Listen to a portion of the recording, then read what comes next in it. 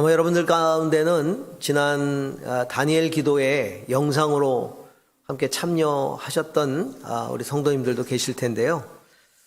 지난 11월 15일 그 다니엘 기도회에서 뉴코리아 교회 탈북민이시죠. 뉴코리아 교회 김은진 사모님의 간증이 가슴속 깊은 감동을 주고 많은 눈물을 흘리게 만들었어요.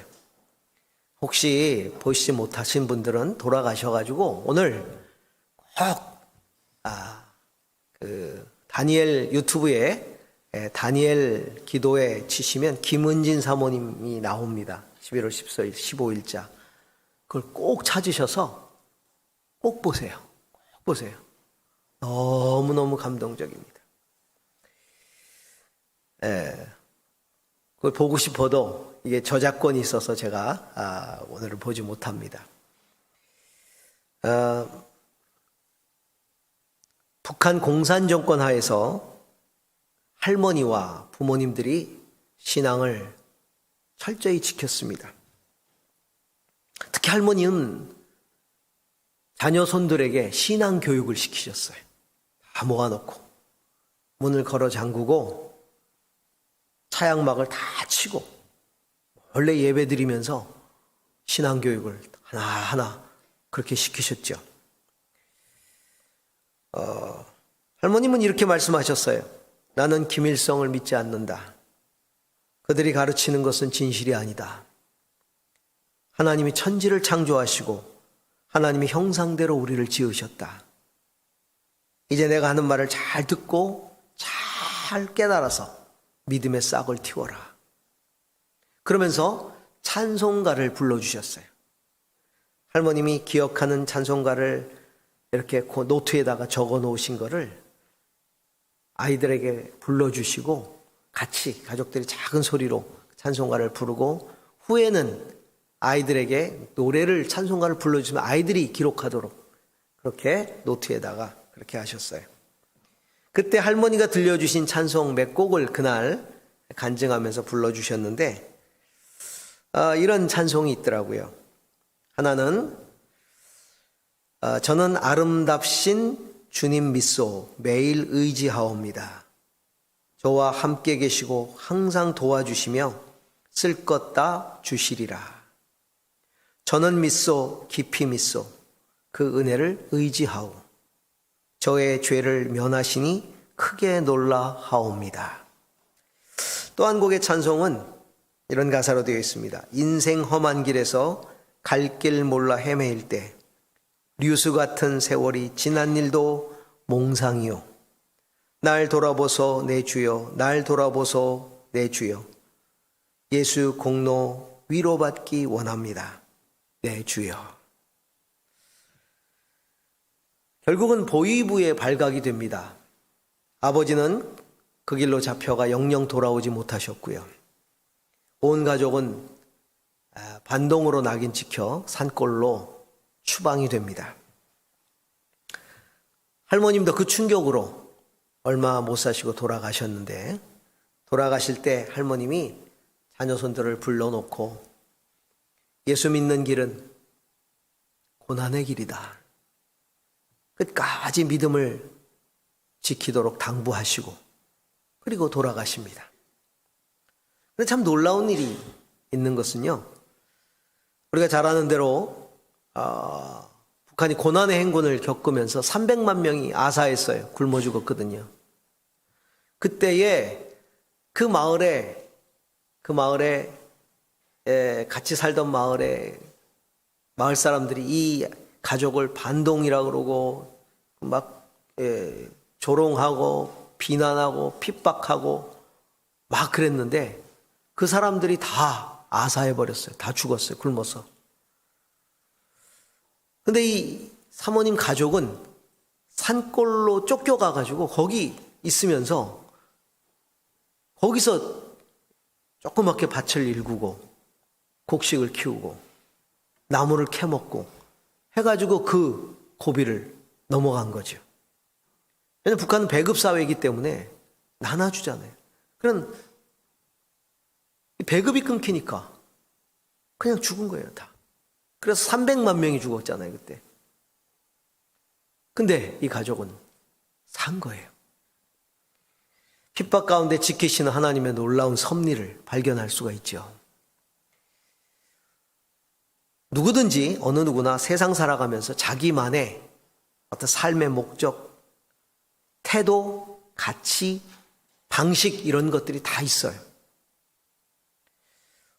왜 그렇게 살아가는가 물어보면 난 그렇게 살기로 내가 마음 먹었기 때문에 이렇게 대답을 하죠. 난 그게 중요하다고 생각해. 난 이런 태도가 옳다고 생각해. 나는 그게 내 삶의 목적이라고 생각해. 그래서 그렇게 마음을 먹고 그렇게 살아가는 거예요. 마음 먹은 대로 살아간다. 마음 먹은 대로 행한다. 우리 그래서 이렇게 이야기하잖아요. 마음 먹은 대로 산다. 근데 이제 그렇게 마음 먹고 살지 않는, 마음을 먹지 않고 그냥 되는 대로 살아가는 사람들이 있어요. 어떻게 살아가야 될지 어떤 방향성 없이 부처처럼 흔들흔들 떠다니면서 그렇게 살아가는 사람들, 우리는 그런 사람을 이야기하죠. 생각 없이 산다 이렇게 말합니다. 너는 왜 이렇게 생각이 없냐? 왜 이렇게 생각 없이 사니? 이런 말을 하곤 합니다. 여러분, 신앙을 갖는다는 것은요, 그냥 어떤 절대자를 단순히 믿는 것이 아니라 신앙적인 가치를 따라 살기로 마음을 먹는 거예요.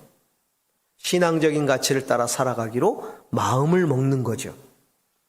신앙의 가치를 받아들이고 신앙이 요구하는 삶을 살고 신앙의 기준을 나의 기준으로 삼고 그렇게 살아가는 거죠. 우리 사모님의 할머니가 공산당의 모진 핍박에도 불구하고 공산주의를 따라 살지 않기로, 그 사상을 따라 살지 않기로, 하나님의 말씀 성경을 따라 살기로 작정하고 마음 먹고, 그리고 또 자녀손들에게 그 성경적 가치를 가르쳐 전수하기로 작정하고 살아가신 것처럼 그렇게 우리는 신앙적 결단을 내리는 겁니다. 신앙적 가치를 따라 살기로 마음 먹는 거예요. 내가 신앙을 가지고 살아가면서 신앙적인 삶을 살기로 마음 먹지 않았다면 난 아직도 참 신앙을 갖고 있는 것이 아닙니다. 오늘 성경은 그렇게 마음 먹는 것을 가르쳐서 뜻을 정하여 라고 말합니다. 오늘 우리가 읽은 새번역 성경은 마음을 먹고 이렇게 번역이 되어 있어요. 마음을 먹고, 마음을 먹고.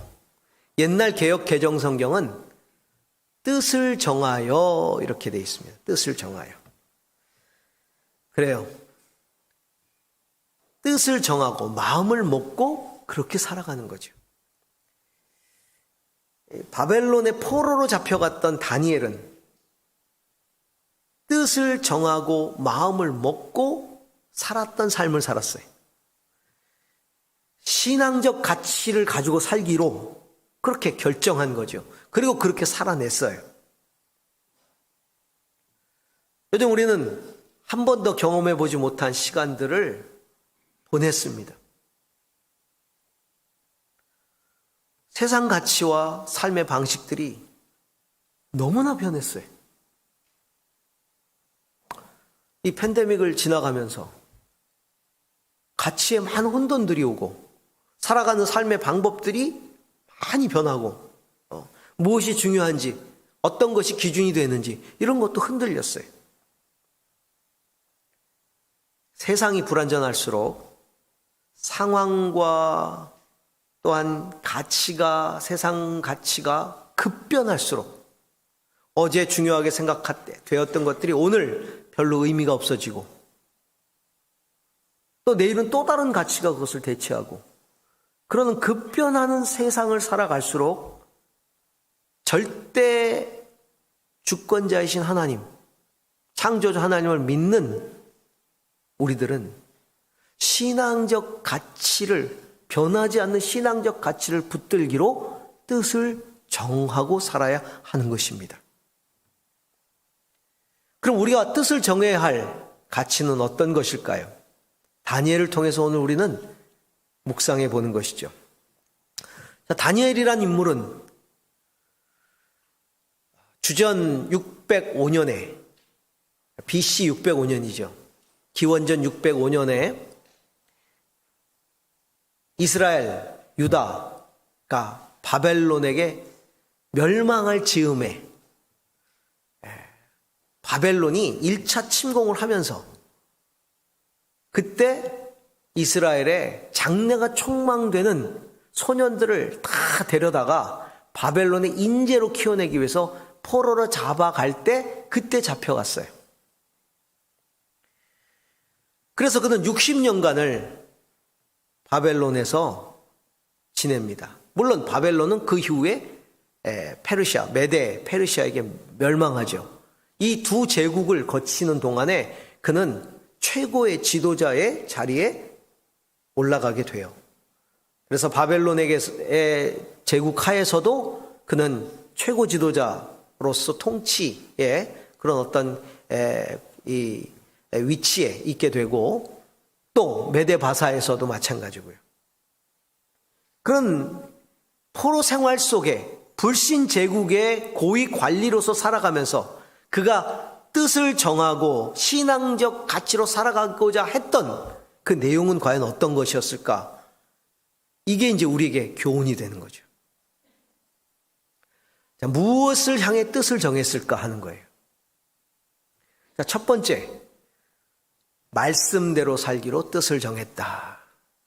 말씀대로 살기로, 하나님의 기준으로 살기로, 하나님을 기쁘시게 하기로, 오직 하나님의 뜻대로만 살기로 뜻을 정했다는 겁니다. 내가 유익을 얻기 위해서 어떤 환경이나 유혹에 이끌려 타협하지 않았다는 겁니다. 다니엘과 그 친구는 붙잡혀 오자마자 최고의 교육을 받게 됩니다. 왕실 교육이죠. 인재를 만들어내는, 왕이 내리는 음식을 먹고 왕이 요구하는 학문을 배우게 됩니다. 그때에 왕이 내리는 음식을 먹어야 되는데 그 음식은 우상에게 먼저 드려졌던 음식들이었어요. 그리고 그 음식 중에는 성경에서 먹지 말라고 했던, 구약 성경에 먹지 말라고 했던 음식들이 가득했었어요. 그때에 다니엘과 그의 신앙 좋은 세 친구는 목숨을 걸고 그 음식을 거절합니다. 성경은 마음을 먹고 거절했다. 마음을 먹고 그것들을 안 먹었다 이렇게 기록하고 있죠. 오늘 새번역은, 옛날 성경은 뜻을 정하여 이렇게 돼 있어요. 뜻을 정하여 거절했다. 8절 말씀을 보니까 다니엘은 뜻을 정하여 왕의 음식과 그가 마시는 포도주로 자기를 더럽히지 아니하리라 하고, 자, 이게 개역 개정 성경이죠. 오늘 새번역 성경은 왕이 내린 음식과 포도주로 자기를 더럽히지 않겠다고 마음을 먹고 이렇게 돼 있어요. 뜻을 정하여 마음을 먹고. 포로로 잡혀온 사람이 자기를 잡아온 대국의 왕이 내리는 음식을 거절한다. 이거는 죽을 각오가 아니면 못하는 거예요.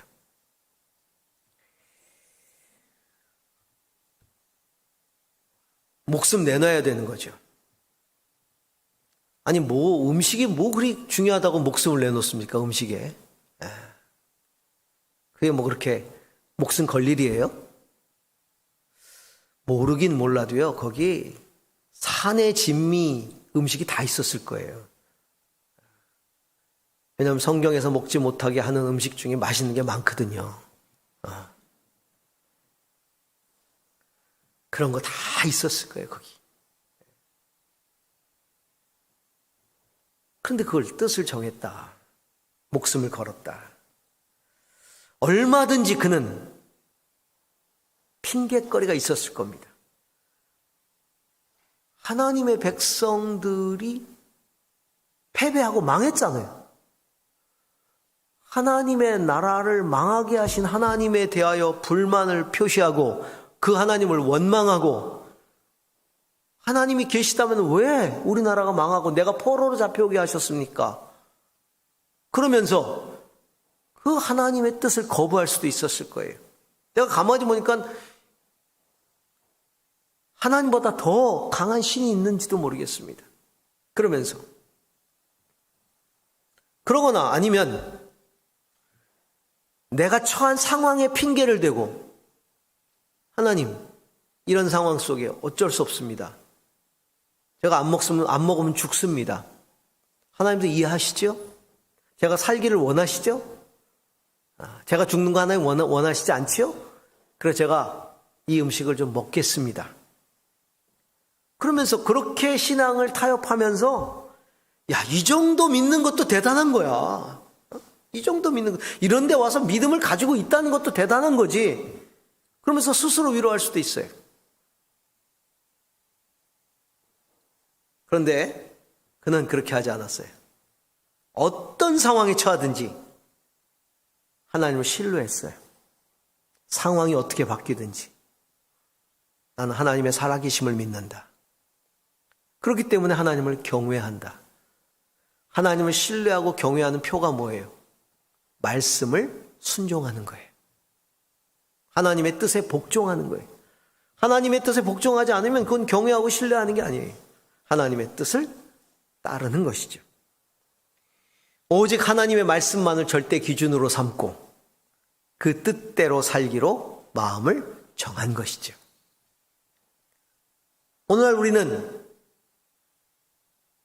상대주의적인 가치, 다원주의적인 가치, 세속주의가 지배하는 세상의 유혹, 세상의 힘, 세상의 풍조와 맞부딪혀 살고 있어요. 이런 속에서 우리는 정말 하나님의 말씀만 따르기로 뜻을 정할 수 있을까?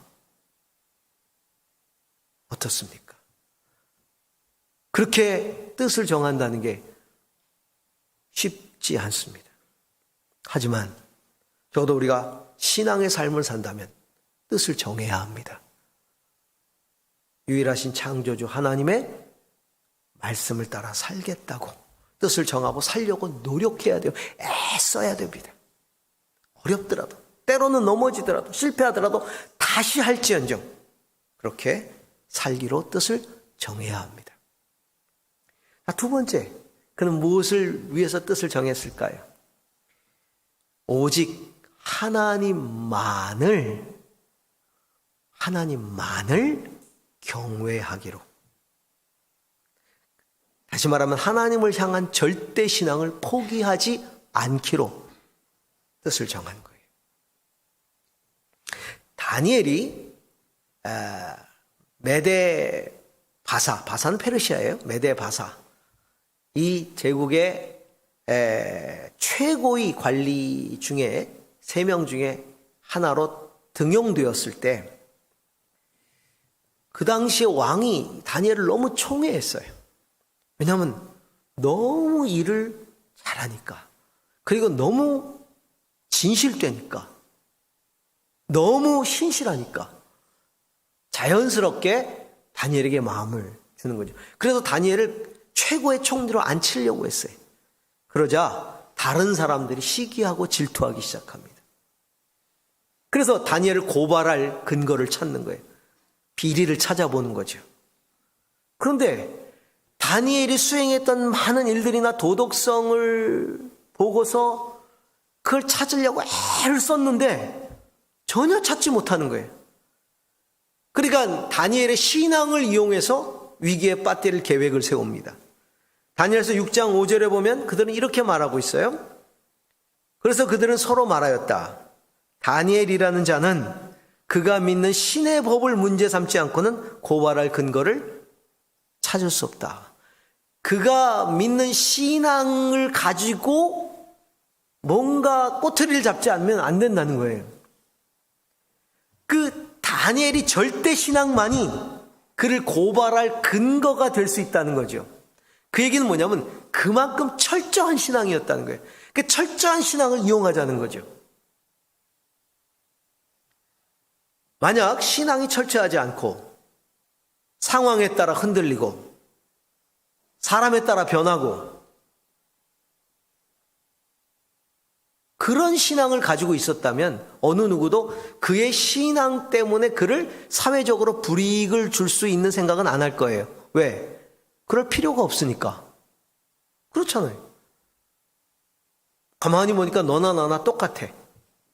네가 뭐 신앙인이라고 하는데 별로 다를 게 없어. 신앙 때문에 그를 책잡을 수는 없겠죠. 그렇죠? 욕하겠지, 속으로. 너도 신자냐? 뭐 이러면서. 여러분, 나의 그 절대 신앙이 나를 책잡을 근거가 될 수 있는 상황을 겪어보셨습니까? 겪어보시길 바랍니다. 겪어보셔야 합니다. 네 신앙 별거 아니야. 남들이 그렇게 생각한다면 이거 큰일 나는 거죠. 왕을 위한다는 명분으로 30일간 왕에게 충성 맹세할 수 있는 이 기간을 설정해서 이 기간 동안은 어느 누구도 왕 외에는 신에게조차도 절을 해서는 안 된다. 라는 그런 어떤 기간을 정해서 왕이 금령을 발표하게 부추기죠. 왕이야 좋지요. 자기에게 충성을 맹세한다니까. 그들은 다니엘이 하루 3번 하나님을 향해 예루살렘을 향해 기도한다는 것을 알고 있었기 때문에. 근데 조서에 어인이 찍히고 금령이 시행되었을 때 다니엘이 어떠했습니까? 그는 하나님께 기도하기로, 여전히 기도하기로 마음을 먹고 하던 대로 하루 3번 기도를 그대로 합니다. 6장 10절입니다. 함께 읽습니다. 다니엘은 왕이 금령 문서에 도장을 찍은 것을 알고도 자기의 집으로 들어가서 다락방으로 올라갔다. 그 다락방은 예루살렘 쪽으로 창문이 나 있었다. 그는 늘 하듯이 하루 3번씩 그의 하나님께 무릎을 꿇고 기도하며 감사를 드렸다. 하루 3번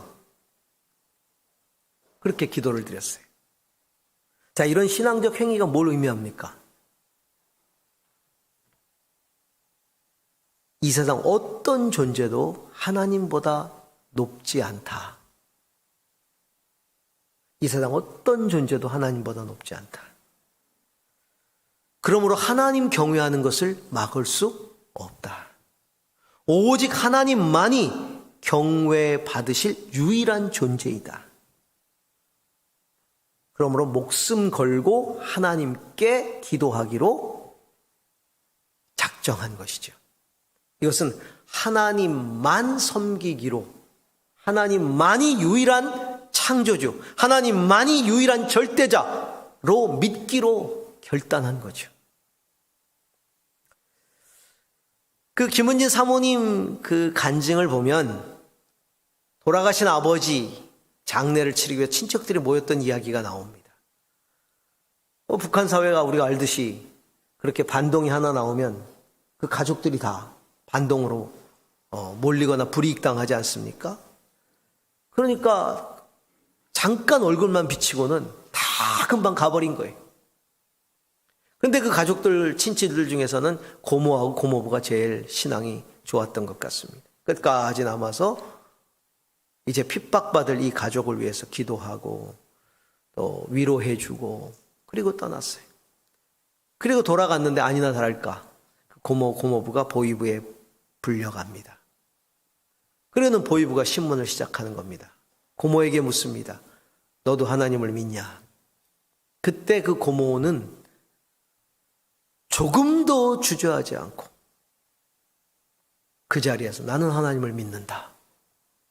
그렇게 대답을 합니다. 그래서 그 고모부도 잡혀가고 그리고 그 이후에 소식이 두절됩니다.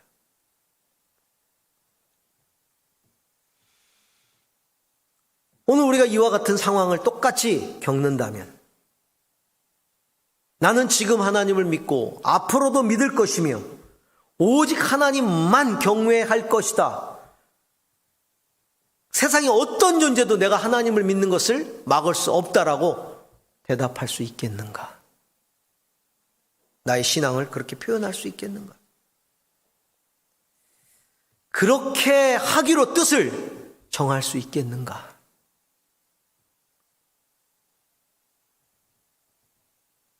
우리가 살아가고 있는 우리나라에는 이런 신앙 핍박은 없어요.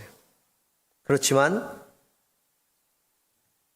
부와 권력과 인기와 명예와 이런 것들이 하나님 대신 자기를 따르라고 요구합니다. 속으로만 섬겨. 겉으로 드러내지 마, 너의 신앙을. 그렇게 요구하는 거죠. 제가 청소년들을 지도하다 보면 믿는 아이들이 학교에서 믿지 않는 친구들이 거의 대부분이니까, 지금은. 거의 대부분이니까. 믿지 않는 친구들이 그 믿음을 조롱하고 놀리고 이런 걸 많이 경험해요, 우리 아이들이. 그래가지고 애들이 식사 때, 급식 때 기도를 하면 애들이 깔깔깔 웃는데요. 놀린대요. 아직도 그런 걸 믿냐고. 그래서 애들이요, 이 식사 시간에 기도를 은근슬쩍 한다는 거죠. 눈에 티가 들어갔나?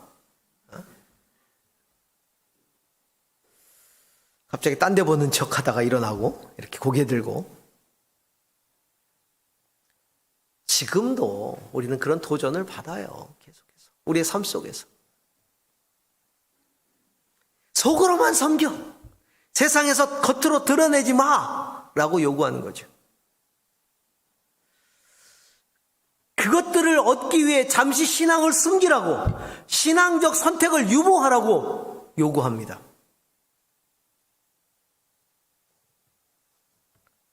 저는 다니엘의 결단 가운데 이 말이 가슴속 깊이 와닿아요.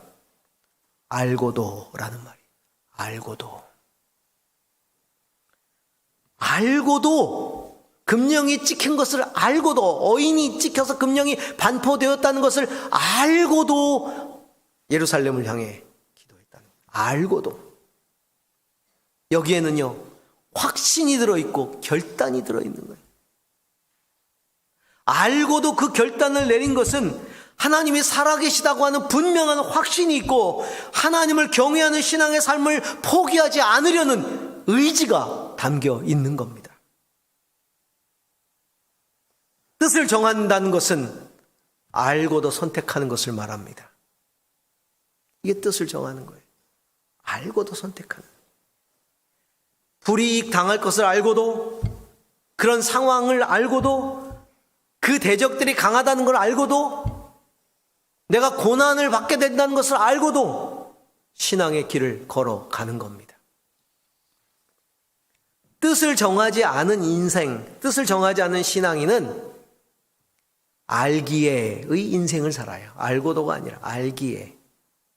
알기에 포기하고, 알기에 타협하고, 알기에 숨깁니다. 고난 받을 거 알기 때문에,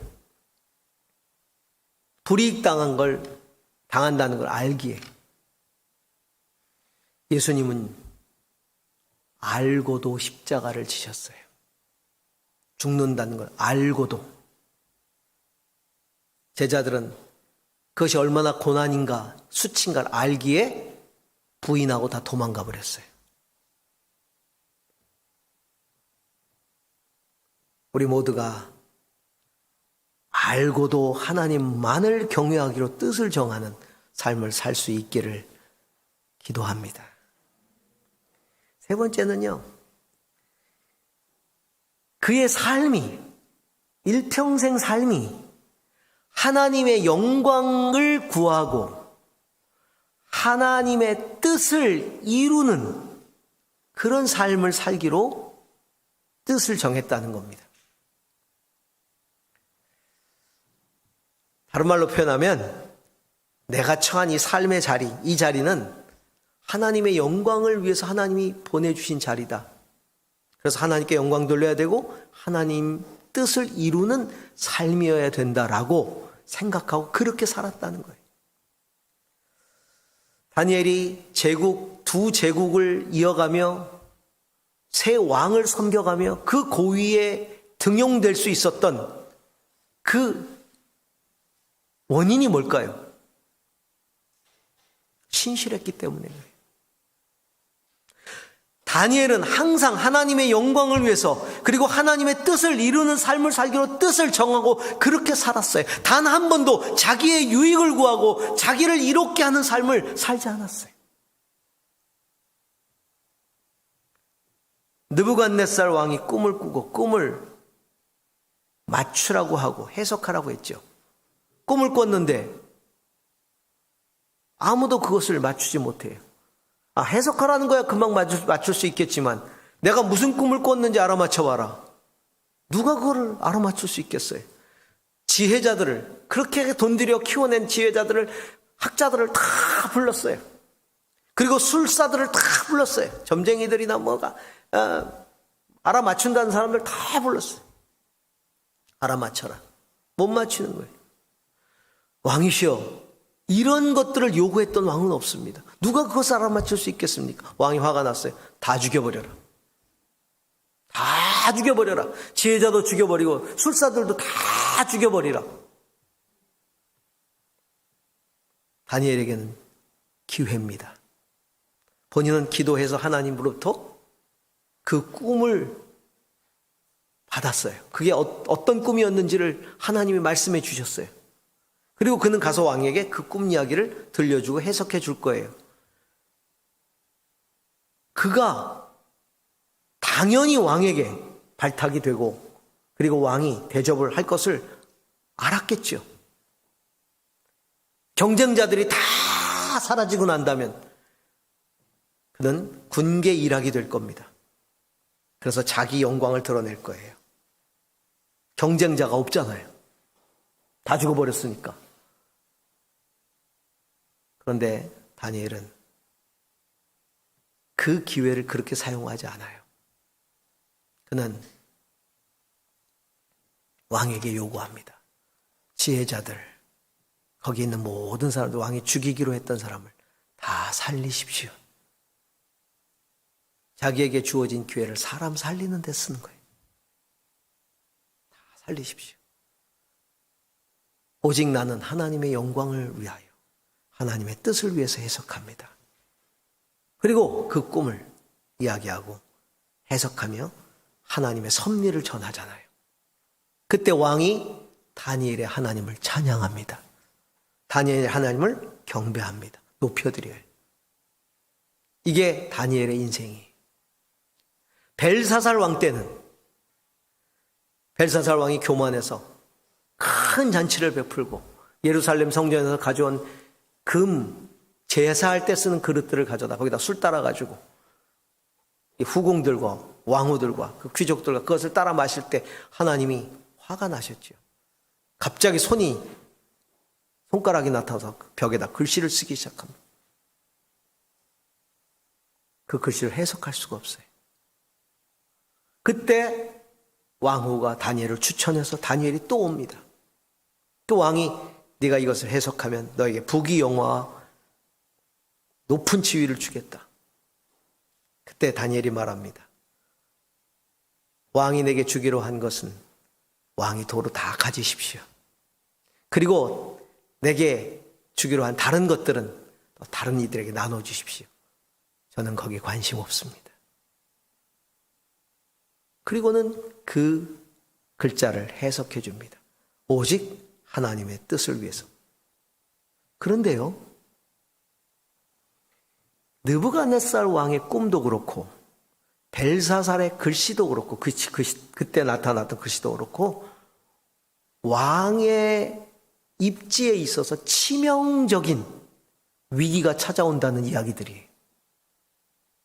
왕 위에서 쫓겨났다가 다시 복귀된다든가 아니면 하나님이 당신을 패하신다든가 제국을 망하게 하신다든가. 그럼 그 얘기를 하는 순간 목숨 걸어야 돼요.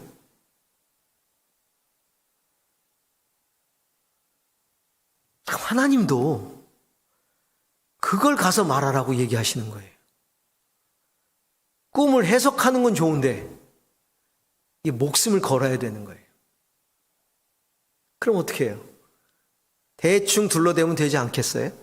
왕이 유리하게? 뭐 꿈 알아맞히는 거야. 기가 막히게 알아맞히면 되는 거고. 해석이야 대충 둘러대면 되는 거고. 그렇게 하지 않아요. 자기에게 주어진, 어떻게 보면 그 왕시대 단 한 번의 기회잖아요. 목숨을 걸고 하나님의 뜻을 전하는데 그 시간을 씁니다. 이는 그의 평상의 삶이 하나님의 영광을 위한 삶이었다는 걸 증거하고 있어요. 여러분, 어느 날 갑자기 하나님의 영광을 위해서 살 수 없습니다. 평상시에 그러지 않던 사람이 목숨 걸고 하나님의 영광을 드러내지 않습니다.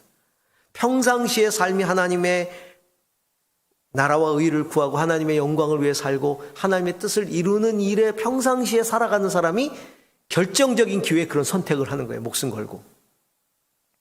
다니엘이 그렇게 살았던 것이죠.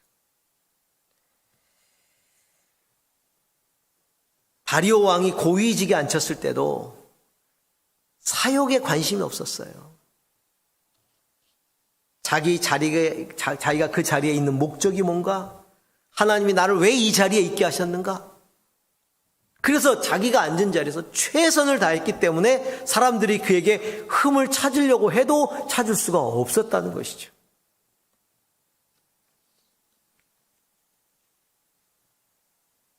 다니엘은 항상 어떤 때 어느 자리에 자기의 인생이 있든지 자기의 영광과 권세를 위한 자리라고 여기지 않았어요.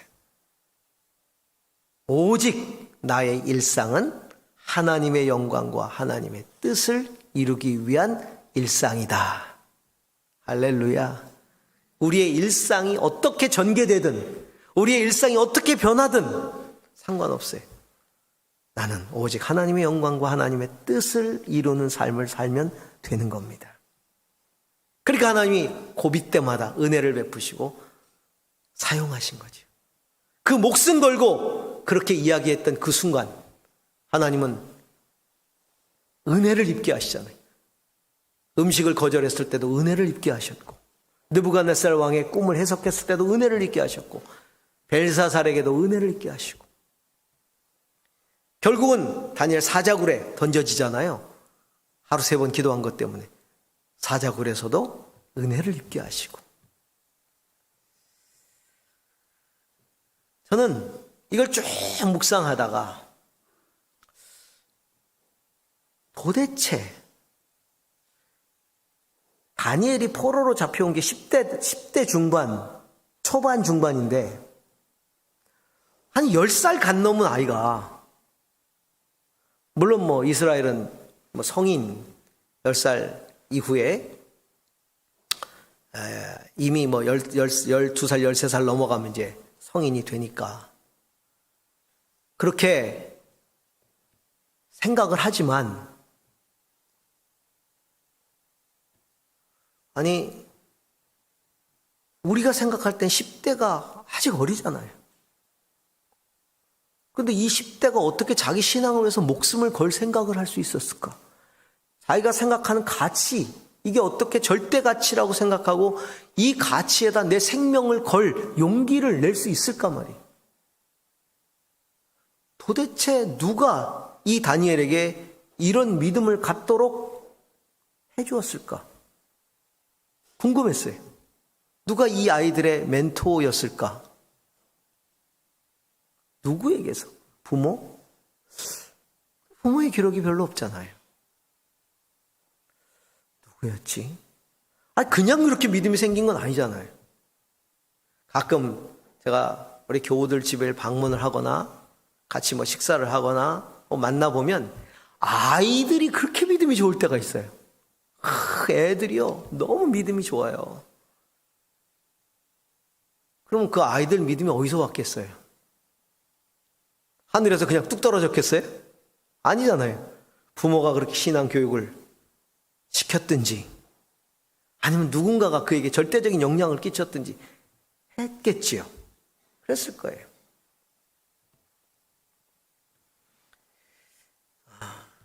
누구였을까를 생각해 봅니다. 그리고서 성경을 뒤져본 거예요. 다니엘이 포로로 잡혀갈 당시의 왕이 여호야김이었습니다. 그 거의 말기죠. 그렇죠?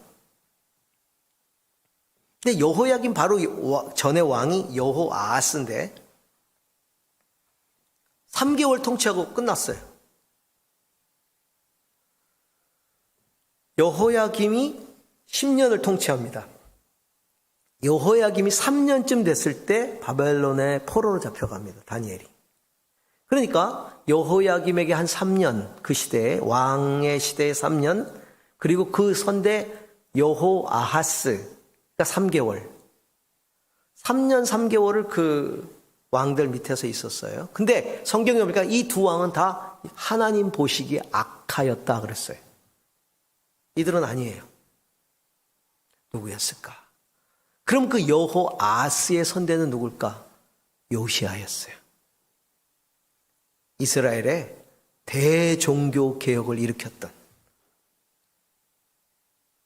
타락한 신앙을 다시 회복했던, 성전을 청결케 하고 말씀을 다시 찾아내고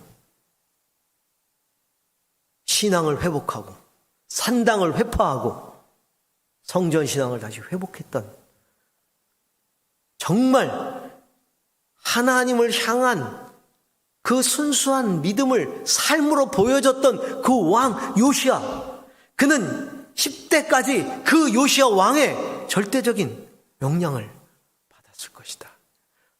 이 어릴 때의 신앙적 영향이 이래서 중요한 거예요. 그 요시야 왕의 신앙이 아마도 다니엘의 부모에게 영향을 미쳤을 수도 있겠죠.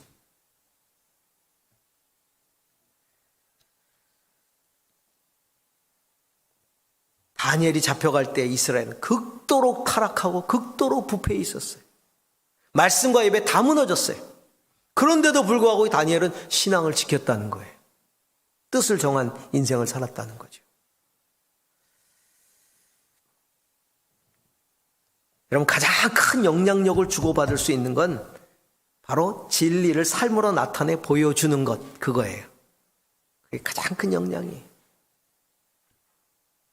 요시야가 그랬다는 거죠. 자, 오늘 우리는 우리 시대에 우리들 자신을 생각합니다. 우리들 자녀들을 생각합니다. 우리들 스스로는 정말 뜻을 정하여 살아가고 있나? 우리 자녀들에게 뜻을 정한 인생을 살도록 우리는 그렇게 보여주고 있나? 가르치고 있는가? 우리 아이들이 살아갈 시대는요, 더 힘든 시대, 더 혼돈의 시대 살아가야 합니다. 이 김은진 사모님, 그의 할머니가 뜻을 정한 인생을 살게 하는 멘토였어요. 그 간증을 보면 할머니가 어떻게 그의 믿음을 표현했는지 그게 잘 나와요. 그 할머니의 믿음이 상상이 되는 거예요. 늘 말씀을 붙들고 있었던 삶, 늘 찬송하던 삶, 거기서 그치는 게 아니라 말씀대로 살려고 늘 애썼던 삶, 그걸 보고 자란 손주들이 그렇게 믿음을 지킨 거예요. 하나님은 그 사모님을 기적적으로 건져내셔서 지금 이제 우리나라에 들어오셨고, 그래서 또 목사님을 만나서 결혼해서 사모님이 되셨어요. 그 이야기를 차분하게 풀어가시는데 눈물이요, 얼마나 났는지 제가 그거 보면서.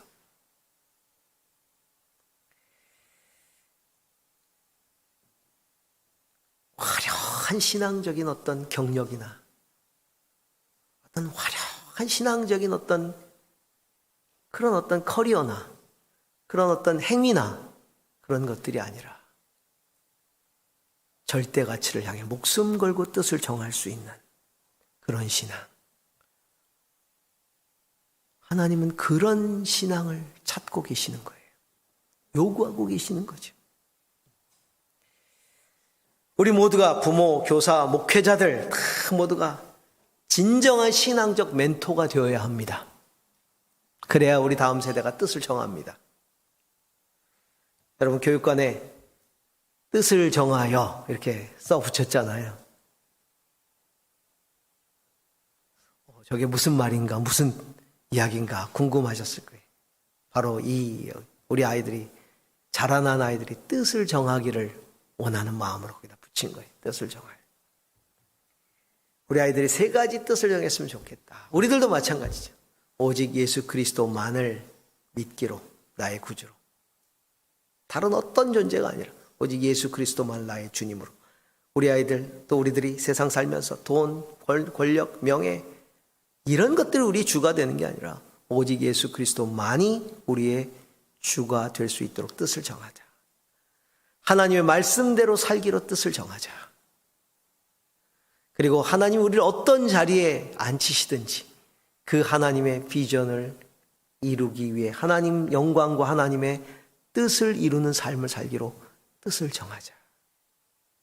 그렇게 뜻을 정하여 살아가는 저와 여러분이 될 수 있기를 주의 이름으로 축원합니다. 기도하십시다.